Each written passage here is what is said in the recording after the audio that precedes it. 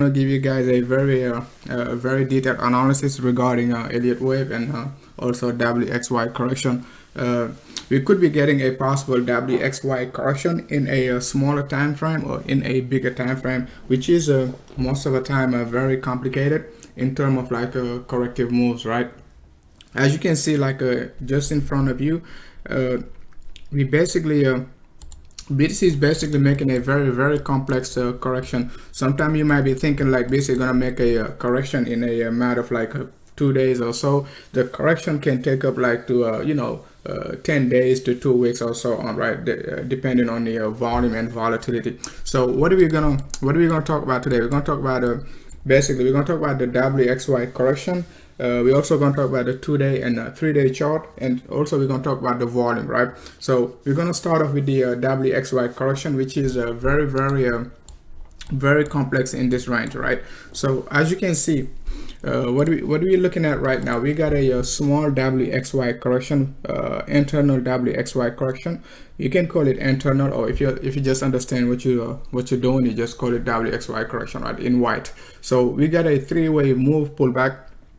And then basically we got another impulse move to the upside. You can see like the impulse move we got to the upside did not break the trend line. Okay, we still moving to the upside. That's one of the reasons on my previous update I said you gotta pay clear attention to 72.85, right? I'm gonna show you on the 3-day chart why we needed to pay attention to 72.85, right? So if we get this impulse move, we're gonna create another bigger correction, just like what we got in this area in white, right? So let's say market is moving to the upside. Market is giving you a very impulse move to the upside up to like whatever, let's say 7400. So now we got a 3-way move pull back to like a 64. Let's say this move is back to 64 because we got this W, X, and Y. We got this W, X, and Y, right? So the X is right there with the 3-way move, and then we got the Y. So bulls decided to push the price to the upside, but they could not break this trend line just about, let's say 72.85, which is this range. So it creates another X. Okay, you see what I'm saying? So your first WXY correction is your W, your initial bigger W, and then it created another X just about this area, and we're looking for another Y. You could be looking for another Y to the downside, right? So we could invalidate, this WXY in yellow if and only if, we break this trend line. It means this WXY correction going to be invalidated. The one in yellow going to be invalidated, and you're not going to look for any further drop, but you're going to be looking for a continuation. So the market doesn't move in a linear fashion, so it corrects most of the time, more than 60 to 70% out of time market is correcting. So if we break, let's say we break a 72.85, that's one of the reasons I'm waiting for BC to break 72.85 to be very bullish. But if we do not break this 72.85, like I just showed you, we're gonna have to make this basically Y correction to the downside, which is like the bigger Y correction. So it's not just like basically going up or down. Market can be very tricky, so it is up to you. It is up to the if you're bullish to be extremely vigilant in terms of like your corrective moves, and if you're bearish, you also gotta be very vigilant in terms of like where you're looking for a possible breakdown or so on, right? So just explain to you guys the WXY correction we could be getting, just to repeat it, right? We got a small WXY correction with a bullish engulfing candle, which basically created another X, but this X got stopped out. Just got rejected just about 72 to 85 range to 7300 range. Until we break it, we're still in a corrective move. Until we break this level, we're in a corrective move, and if we break it, we're going to talk about the the bullish momentum, right? But as far as like the bearish momentum, we're going to be looking for this trend line. You cannot say like, you cannot give an exact number for this trend line, because you don't know if this move going to be impulse or if it is going to be very corrective like this, also making another small WXY, internal WXY. It could take forever to even like retest like a 6200 range. You see what I'm saying? So the move we're going to be getting is not basically you cannot basically predict it in terms of timing, because it is very corrective. It could take forever. Okay, it could take forever to drop back down to 60 to 100 rand. So now let's take a look at it in terms of basically a higher degree. So the higher degree, as far as like a 2-day chart and so on, it is actually bullish, right? If you take a we got a 6-hour engulfing candle too. I hate these 6-hour engulfing candles. So they tend to basically change the whole structure, just like what we got right there. Okay, so if you take a look at it on the 2-day chart, the 2-day chart is actually looking great in terms of like a bullishness.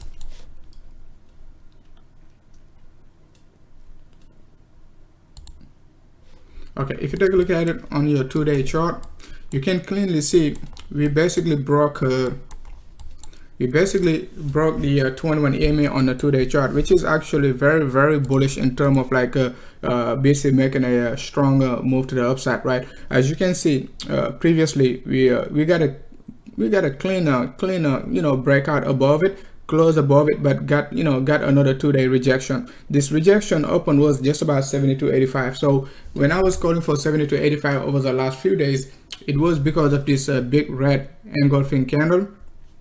Just opened at 72.84, I think, right? But just rounded up to 72.85. We could not even break 72.85. Like it took us forever to break it. Now we just broke it, got rejected right now. But the good thing is, like, if you're bullish, you still gotta close above the 21 EMA on the 2-day chart.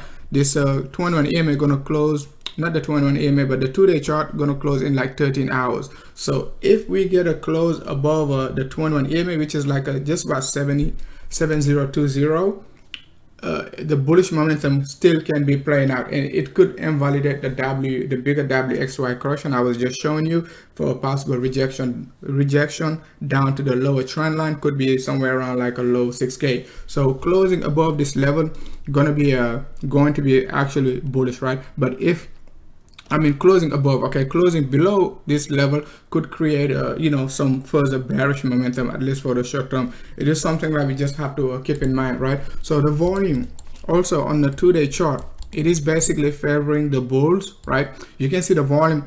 We haven't seen like a big, that's one of the reasons I keep saying, like, we need a bigger volume. We're gonna need a bigger volume. So if we drop down to like a 66 and we don't get a big volume, most likely, we're not gonna break it. Even though we broke 6600, we did not basically stay there too long. Price got bought up very quickly, and as you can see, with a very big volume on a 2-day chart, right? And you take a look at the previous 2-day candles, volume still not that incredible. Okay, it's not that incredible, even though it's Bybit. I'd like to take a look at it on Binance.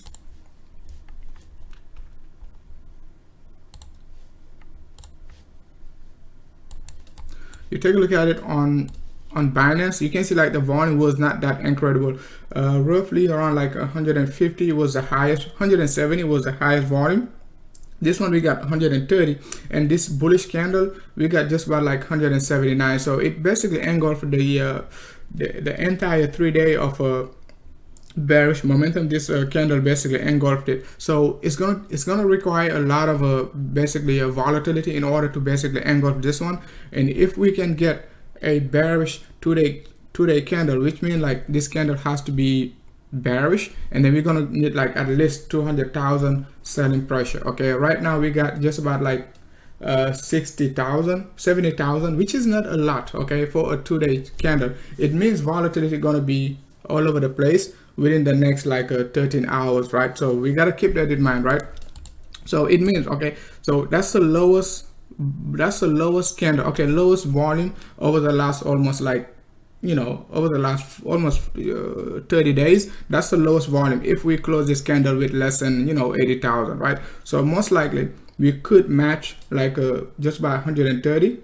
Right now we got like 70,000, so we could be getting another 60,000 volume over the next like 13 hours, which is a lot. Okay, it is a lot. It could create a lot of volatility. So what does it mean, like, if we're gonna get those type of volume over the next like 13 hours, right? It could change the entire structure. It could change the entire structure.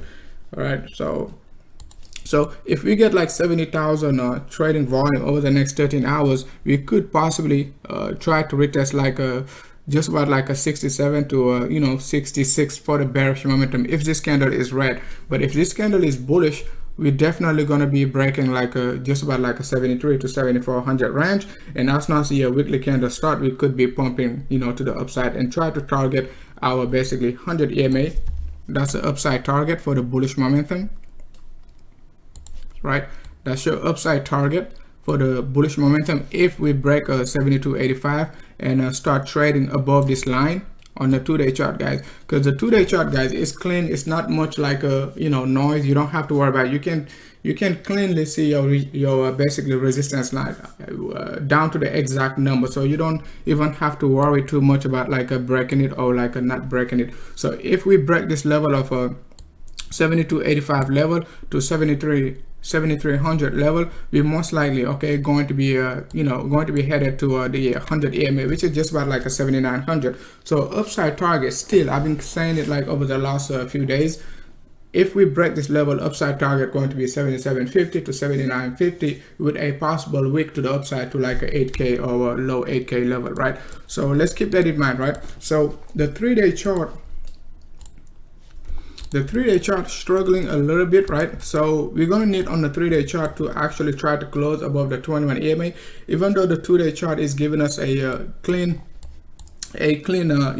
bullish uptrend. The 3-day chart is still acknowledging not acknowledging the bullish uptrend, right? So we just got to be very cautious before weekly candle starts, because if like we can get a clean, if the bulls can get a cleaner close above this line, which is like a 72.50, this candle gonna close this one gonna close in like a day and a half almost, right? So let's see if like we're gonna be able to close today above like a 72.50, which is going to be which is going to be quite bullish, at least for the short term. And then we could be looking for the basically 100 EMA on the 3-day chart also, right?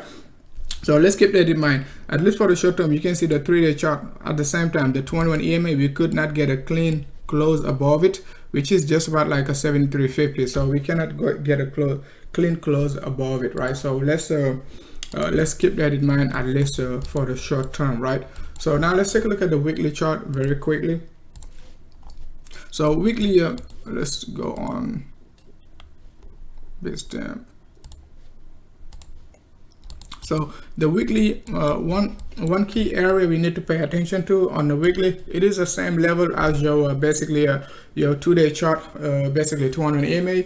Your weekly 100 EMA just about like 72.89, which is like our resistance level, which is basically 72.85. That's what we've been looking for, at least for the short term. As you can see, we're still struggling to close above it. So like I said, we got we can get up to 60,000 trading volume before the before end of the day, right? So I'm not saying we're gonna get it, but we got a possibility of getting it looking at the 2-day chart, right? So if we get this rejection, it could create a lot of bearishness and basically validate our WXY correction we're looking for down to the lower boundary of the trend line, right? Like I just showed you at the at the beginning of the video, that that lower boundary could be just about like a 6200. So we definitely going to need to close above at least 7250 before weekly candle start to basically basically try to create like some bullish momentum. Another possible scenario is like we can close below it, below 72.85, 72.90, but as soon as the weekly candle starts, we're gonna have to basically pump to the upside. Okay, we cannot basically try to retest any of these weeks to the downside. 50% of this week going to be like 66. We're gonna need to avoid like retesting it early this week. Otherwise, it could create a a lot of bearishness, at least for the short term. Your weekly 100 EMA, if you backtest it, it is quite very important. As you can see, like the 40% pump. We was on Binance, the 40% pump weekly 100 EMA was on Binance, but you can see like the push we got from 64 to 10.5 started on the weekly 100 EMA. We got it, we didn't quite retest it, but was very close to it last year, couple of years ago, back in 2018. You can see like we've been trading above it. Okay, above it, and then basically getting rejected by the 211 EMA. So what are we doing now? Basically, we got rejection right there, rejection, rejection. Now we're getting another rejection. Can we wick to the upside up to like a 79 8K? Yes, we can, right? But we're not going to the bears basically gotta avoid to stay let the price stay too long above like a 75 and so on, right? It could create a lot of bearishness, okay? Because we got a big move coming to the downside, at least for the short term. We're still looking for a 45 to 6% move to the downside. So, but we gotta be able to find the top first thing first, okay? If we're not gonna be able to find the top, we're not gonna get the 60% move to the downside, right? As you can see previously, back in 2014, after we got this drop, and for the first week of the first week of March, I was calling like for this BTC to drop like a 35 to 50% drop, right? Because I was anticipating this drop, right? You can see like we got this drop all the way down to like roughly 277, and we made another corrective move. As you can see, that was just corrective. This three-way move, you gotta be able to find it, okay? So it made another three-way move, pull back, and give us another what? Give us another 60% drop, okay? 67% drop. That's one of the reasons I'm still anticipating BTC to drop all the way, all the way down to like a 43K level with another like a 50 to 60% drop, right? It is just corrective. The only difference between this correction and the previous correction is like this one is making a wedge, okay? That's the only difference, okay? The difference is, we're making this wedge, right? The bulls making this wedge, right? And back then we made a flat correction within this range. That's the difference, all right? Made this move, okay? And basically retested the 211 EMA on the weekly, all right, on the weekly basis. So we definitely, the bulls can definitely pump above this 100 EMA and try to get a close above this 211 EMA on the weekly basis, which is just about like a 7700. So upside target is still going to be the same 7750 to 7950 range. If if like we get a lot of FOMO volume, we could go all the way up to 8K level, right? But definitely, guys, like I said, we got to be able to break 7285, 7290. Otherwise, we definitely going to be retesting the low 6K level, 62 to a 6K area, all right? So it depends how you want to play it. Basically, if you're bullish, you might want to wait for BTC to give you a clean breakout. If you're bearish, you still got a 30 to 40% chance to basically take it to the downside, right? All right, guys, thanks a lot for watching.